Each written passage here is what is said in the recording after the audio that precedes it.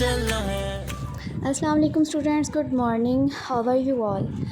As you know that we are going to start our online classes. I am your teacher Maham Shabir. So 5 class today we will do the English lesson of textbook page number 64 to 69. I hope that you all people are excited to take today's lecture. In this story, the rescue, here is a fisherman. His name is Mir Ahmad. Mir Ahmad के बारे में ये story है कि मीर अहमद जो है एक फ़िशरमैन है और वो एक छोटे से विलेज में रहता है. दरिया के किनारे उसका घर है और वो कराची के एक छोटे से विलेज में रहता है. उसके पास एक छोटी सी बोट है और जब भी वो फ़िशिंग के लिए जाता है तो उस छोटी सी बोट पर जाता है. और उसके फ्रेंड्स जो हैं उनके पास बड़ी फ़िश बोट है और वो गहरे दरिया में भी फ़िशिंग के लिए चले जाते हैं. वो सिर्फ़ इसलिए नहीं गहरे दरिया में फ़िशिंग के लिए जाता है क्योंकि उसके पास एक छोटी सी बोट है. तो वो सिर्फ़ दरिया के किनारे पे फ़िशिंग करता है. उसको वो एरिया जहाँ पे वो फ़िशिंग करता है वहाँ से ब्रिज के ऊपर से एक ट्रेन गुज़रती है, जैसे कि आपको यहाँ पे बच्चों आपको यहाँ पे नज़र आ रही होगी. ठीक है, यहाँ से ट्रेन गुज़रती है. तो वो वहाँ से डेली जब गुज़रता है, जब वहाँ पे फ़िशिंग कर रहा होता है तो उसको ऐसा लगता है कि ट्रेन के शोर की वजह से फ़िशेस जो हैं वहाँ पे आती नहीं है और वो शिकार नहीं कर पाता. ओके, तो वो एक बड़ी बोट लेना चाहता है उसके पास पैसे नहीं हैं. इसलिए वो क्या करता है कि वो वहीं पे रह के ज़्यादा से ज़्यादा फ़िश इकट्ठी करने की कोशिश करता है ताकि वो ज़्यादा पैसे कमा सके और एक बड़ी सी बोट ले सके. एक दिन वो अपनी वाइफ़ के साथ भी ये डिस्कस करता है तो उसकी वाइफ़ कहती है कि जस्ट फेथ इन गॉड, अल्लाह ताला पे ईमान रखो, अल्लाह ताला पे यकीन रखो कि फिर हम बड़ी बोट एक ले लेंगे. फिर एक दिन क्या होता है कि वो वहाँ पे फ़िशिंग कर रहा होता है तो अचानक से जब ट्रेन गुज़रती है तो ऊपर से एक बच्ची जो है वो ट्रेन में से गिर जाती है, जैसे कि आपको यहाँ पे नज़र आ रहा है बच्ची ट्रेन में से गिर रही है. तो जब वो वहाँ से गुज़र रहा होता है तो वो देखता है बच्ची ऊपर से ट्रेन से नीचे गिर रही है पानी में. तो उसके पेरेंट्स बच्चे के बहुत ज़्यादा परेशान हो जाते हैं. पैसेंजर्स निकल के ऊपर आ जाते हैं ब्रिज के ऊपर, ट्रेन रोक के तो वो ब्रिज के ऊपर आ जाते हैं और खड़े हो जाते हैं, देखते हैं बच्ची को बचाने के लिए. वहाँ पे सभी लोग आके खड़े हो जाते हैं. तो वो देखते हैं कि फ़िशरमैन ने कैसे उनकी बेटी को बचा लिया. और फ़िशरमैन जो है उसको लेके उसके पेरेंट्स के पास आता है उस बच्ची को लेके. तो वो जो उसके फ़ादर हैं बच्ची के, वो बहुत अमीर हैं, वो बहुत ज़्यादा अमीर शख्स है, रिच मैन है. तो वो क्या करते हैं, बहुत ज़्यादा पैसे उसको दे देता है. इतने पैसे उसने अपनी पूरी लाइफ में भी नहीं देखे होते फ़िशरमैन ने. इस तरह वो उसको उसकी नेकी का सिला मिल जाता है. वो उससे क्या करता है, उन पैसों से एक बड़ी सी बोट ख़रीदता है और फिर वो भी अपने फ्रेंड्स की तरह समंदर में या दरिया के बीचों बीच जाके मछलियों का शिकार करता है daily.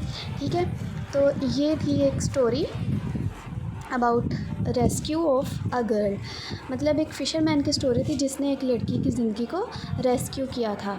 Okay, come towards the exercise, tick the right choice. यहाँ पे मैंने कुछ ऑप्शंस को सर्कल किया हुआ है. Mir was a dash who lived in dash. Mir was a fisherman who lived in Karachi. His work was to catch fish. Number 3, Mir had a small boat incapable of going far into the river. Number 4, the railway bridge over the river. Its noise scared the fish and Mir could not catch them. उससे क्या होता था कि मछलियाँ डर जाती थी उस की आवाज़ से और वो उन्हें मछलियों को पकड़ नहीं सकता था. Number 5 option is B. Mir's luck changed when he rescued a rich business man's daughter from drowning. उसकी किस्मत बदल जाती है जब वो एक रिच मैन की बेटी को बचाता है डूबने से. ओके, 5 क्लास, यहाँ पर अगर नीचे आ जाएं, यहाँ पर कुछ होमोग्राफ्स हैं. ठीक है, होमोग्राफ्स जो हैं, homographs mean same sound. Homo are words that have same spelling but may have different meanings and pronunciation. उनकी pronunciation different हो सकती है, मतलब उनकी अदायगी different हो सकती है, उनके meanings different हो सकते हैं, लेकिन उनकी जो spellings हैं वो same होते हैं. इन्हें कहते हैं homographs. Okay,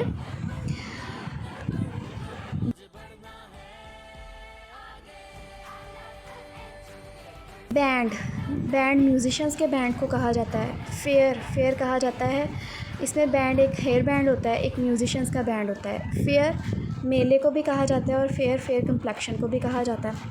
okay. Fly, fly, fly उड़ना भी होता है और फ्लाई मक्खी को भी कहा जाता है। साइन, साइन सिंबल्स भी होते हैं, डिफरेंट अलामात होती हैं, और इसी तरह सिग्नेचर को भी साइन कहा जाता है, जो कि आपकी नोटबुक डायरी पे डेली किए जाते हैं। Okay, so come towards the next, band. यहाँ पे आप लोग जहाँ पे ब्लैंक एरिया था बुक के ऊपर, पेज नंबर 67 और 68 पे ब्लैंक एरिया में आप लोग ये सेंटेंसेस राइट करेंगे। Band, I have a beautiful hair band. Band, the band was playing old songs. Fair, I went into a fair. Fair, a girl has a fair complexion.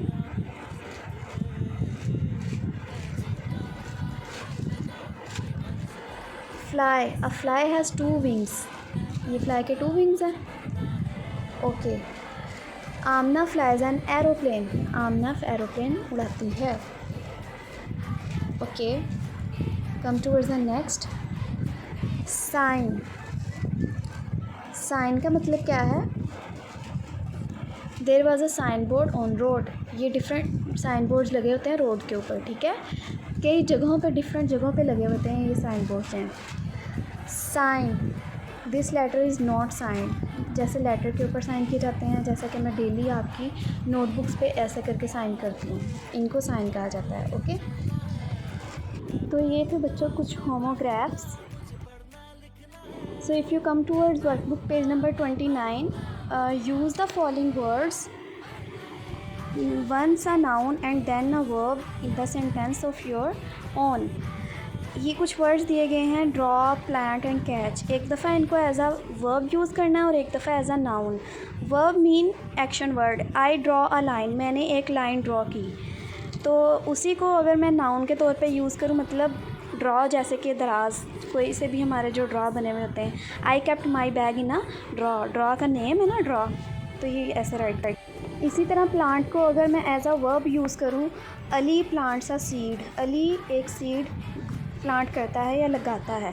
तो यहाँ पे plants जो है एज अ वर्ब यूज़ हुआ। In the very next sentence in part B of plant, I have a rose plant in my house, मेरे घर में एक रोज़ प्लांट है। यहाँ पे प्लांट जो है एज अ नाउन यूज़ हुआ है। Number 3, catch, boy catches a ball, लड़का बॉल पकड़ता है। यहाँ पे कैचेज जो है एज अ वर्ब यूज़ हुआ है। In part B, she hurried to catch up, उसे कैचअप करने की जल्दी थी। तो यहाँ पे कैचअप जो है, कैच के साथ अप लग गया, तो यहाँ पे कैच जो है वो एज अ नाउन यूज़ हुआ है। I hope that you all people understand today's lecture. If you have any question और you can ask me in the comment section और इन माई पर्सनल इनबॉक्स। अल्लाह हाफिज़। 5 लाख।